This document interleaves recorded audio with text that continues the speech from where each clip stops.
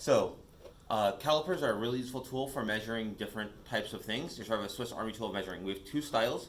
We have digital calipers, where if you move them, they'll wake up if the battery's good. And then we also have dial calipers. They both have their advantages and disadvantages. I personally like dial calipers best, mostly because the batteries never die on them.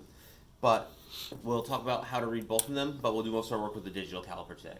So a dial caliper, the first thing you always want to do is make sure you're zeroed. To zero the caliper, you want to make sure the jaws are all the way closed and spin the dial physically so that it's on zero and tighten up the lock. And to read the value off a caliper, you're going to start with the big numbers. So this will be 2 inches. So 2 point, and then I look over here at the 3, and I look at the black line. It's not quite at 0, so it's 2.284. So it's 2.284 inches. I can also read metric. If I read here, I have 50 millimeters. I have 5 millimeters or 5 centimeters plus just about 6 millimeters even. 6 centimeters. So that's 6 centimeters looking at the red dial. So that's 6 centimeters. Digital calipers work the same way. To zero with them, you close the jaw and hit the 0 button. Make sure they're always 0 before you start. So the basic measurement we can take is we can measure the outside side, and we can measure as thick as a piece of paper. So it's 0.3 or 0.03 of an inch.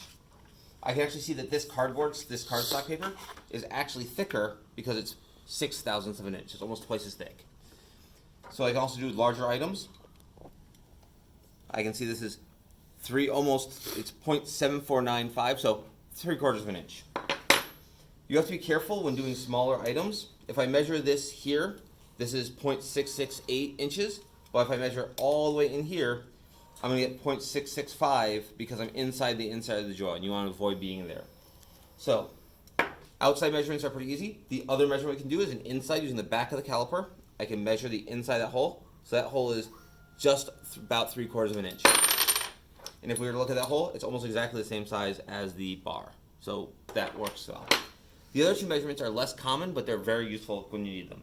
The first one is depth. If I want to know how big this offset is, I can take and set my caliper and use the back of the caliper, the very bottom of the caliper, and measure that, and it's basically 1/8 of an inch down.